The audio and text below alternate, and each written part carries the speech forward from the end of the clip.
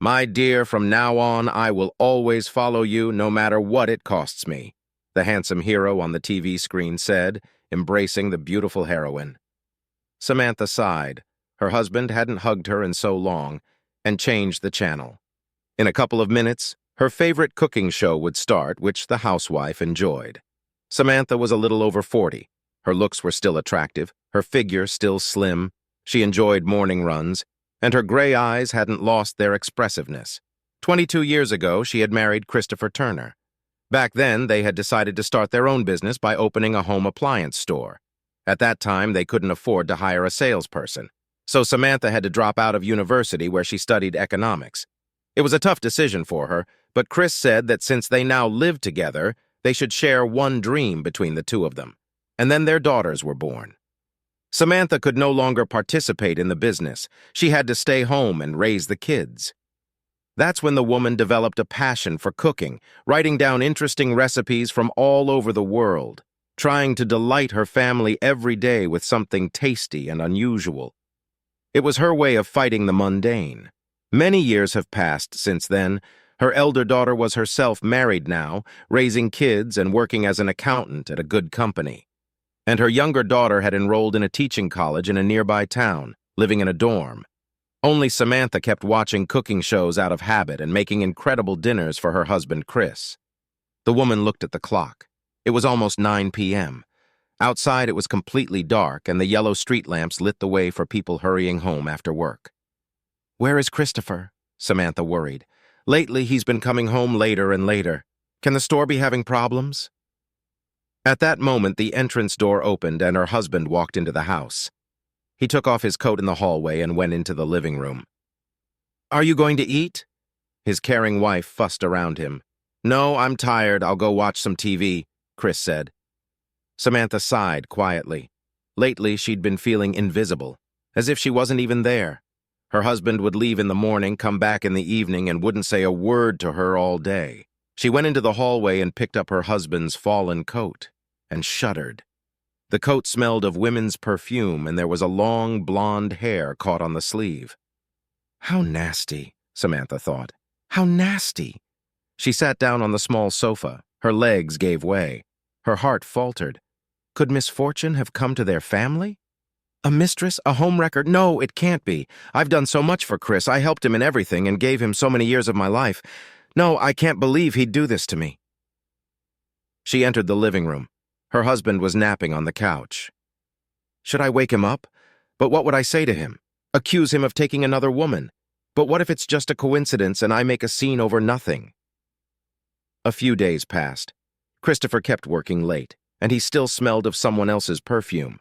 Having decided that she was tired of living in uncertainty and shadows of suspicion, Samantha went to their store. She had to know for sure whether Christopher was cheating on her or she was making things up in her mind. But before she could come up to the office, she saw her husband. He was at the café across the street. He was sitting at a table telling something to a beautiful, long-haired blonde. The woman laughed in response. Then Christopher leaned towards her and kissed her. Samantha recoiled in horror, and as if sensing her gaze, Christopher turned his head towards the street. The cheating husband and the betrayed wife looked each other in the eye, his brazen gaze against her weak, confused one. In the evening, she waited for him to talk. He arrived right after work and immediately started the conversation. "I'm filing for divorce. You saw for yourself that I love another woman.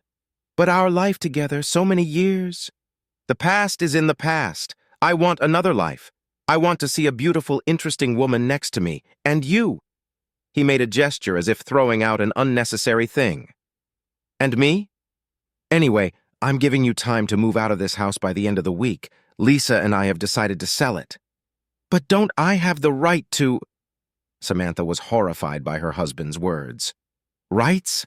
What rights could you possibly have? You've been freeloading off me for 20 years. Everything here is mine," he yelled and slammed the door shut. Samantha felt hollow inside. She couldn't understand at all how she'd come to this. So much effort and so much hard work just to end up like this. No money of her own, no home, no work experience, and no beauty or youth left. And what now? Where to go? To her elder daughter's doorstep? But she has enough troubles of her own. To the younger one? But she lives in a college dorm she can't help. And why should the girls be dragged into this tragic situation anyway? Samantha paced the room, trying to pack her belongings into a suitcase. But her thoughts were in disarray. She would pick up a sweater or a skirt, and then put it back on the shelf. What should she take if she didn't know where she would be living next or what she would have to face? In the end, she sat down on the couch and burst into tears. She probably would have cried all night if her close friend Jennifer hadn't called after an hour. Samantha tried to sound as calm as possible, but her friend immediately realized that something bad had happened. "What's going on, Sam?" she asked anxiously. And that's when Samantha couldn't hold back anymore and told her everything that she'd been through. "Of course you only have yourself to blame for all this. 20 years ago I asked you not to drop out of college. You can't give up your dream. You can't devote your whole life to a man," her friend chastised harshly, but then softened and added, "I'll come over now and help you pack. But what do I do next? You'll live at my place for a month or two, find a job, get back on your feet. But first, I'll take you to the hair salon. If you're starting a new life, you should start with your head, your hairdo." Jennifer came over that same evening to help Samantha. Together they collected every single piece of clothing she had. "You should decide what to throw out later than letting that jerk criticize your wardrobe," her friend said. "Criticize? You've become too domesticated, my dear. All your clothes are loose and comfortable, but completely uninteresting. Don't worry, we'll work on that later too. You'll blossom again at my place." Jennifer settled her friend into her son's room. He was studying marine biology in Canada right now, at the University of Prince Edward Island. "He dreams of working with sea creatures, particularly narwhals," Jennifer's friend had told her before. "Yes, I think you mentioned that." Samantha tiredly sat down on the bed with teenage, boyish, light blue bedding. There was a Spider-Man decoration on the pillowcase depicting the superhero defeating a villain. "It'll be all right." Jennifer sat down beside her and stroked her chestnut curls. "Everything will be good, you'll see." Without a degree or any work experience, it was very difficult for Samantha to find a job at her age. So when she was hired as a dishwasher at a cafe near her friend's house, she considered herself very lucky. "So you'll be washing dishes?" Jennifer clarified. "It's hard work, but you have to start somewhere," Samantha replied calmly. Washing dishes, scrubbing food scraps off trays, constantly working like a squirrel in a wheel, all this was familiar to her. Wasn't this what she'd been doing unpaid for the last 20 years? But now she was getting a salary, and her boss, Richard Anderson, always thanked her for her responsible attitude towards work. And that was nice, since no one had praised her in a long time. She had worked there for almost a month when an emergency happened at the cafe. The cook, Kevin, got sick and didn't come to his shift. The waitresses couldn't replace him. They didn't know how to cook, and certainly not quickly and deliciously. But one of the waitresses suggested to Richard Anderson, "Why don't you ask Samantha? She sometimes treats us to various delicious baked goods that she makes herself. She's an incredibly good cook." Yes, the second waitress confirmed. "She has a whole notebook of exotic recipes from all over the world. Mandazi, fishnet, chicken teriyaki, it melts in your mouth, and she's great at putting together custom menus." The cafe owner called Samantha and asked her to come earlier to take the shift. He explained the situation. Samantha didn't argue and arrived, put on a chef's hat, and got down to cooking. She had been working at the cafe for a month now and knew the menu very well, and she cooked wonderfully. In any case, there were no dissatisfied customers, and the waitresses received more tips than usual. The cook was out sick for a week, and Samantha replaced him the whole time. She felt incredibly comfortable working in the cafe kitchen. She had a feeling that this was what she was born to do, and she was a little bit sad that soon she'd have to go back to her responsibilities as a dishwasher. When that day came, Richard Anderson called Samantha into his office. "I think it would be a crime to bury your cooking talent behind the dishwashing sink.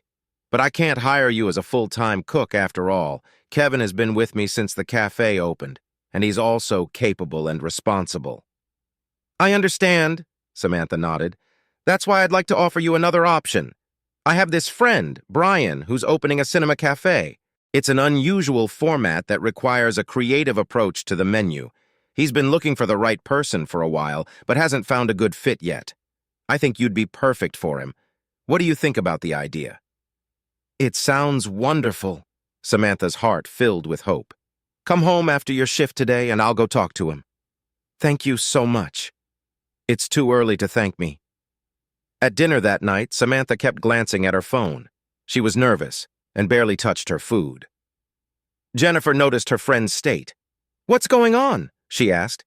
"I might get a job as a cook at a cafe that's about to open and most likely create the menu myself." Wow, incredible! And at that moment, the phone rang. The number was unfamiliar. "Hello? This is Brian. Richard Anderson gave me your number. He's confident you'd be perfect for my project. Would you be able to come at 11 tomorrow to Main Street?" "Of course, I'll be there." The next day, she took the tram downtown and got off at the stop that was just 2 steps away from the cinema cafe. It was light outside, but upon entering the space, Samantha found herself in the dusk.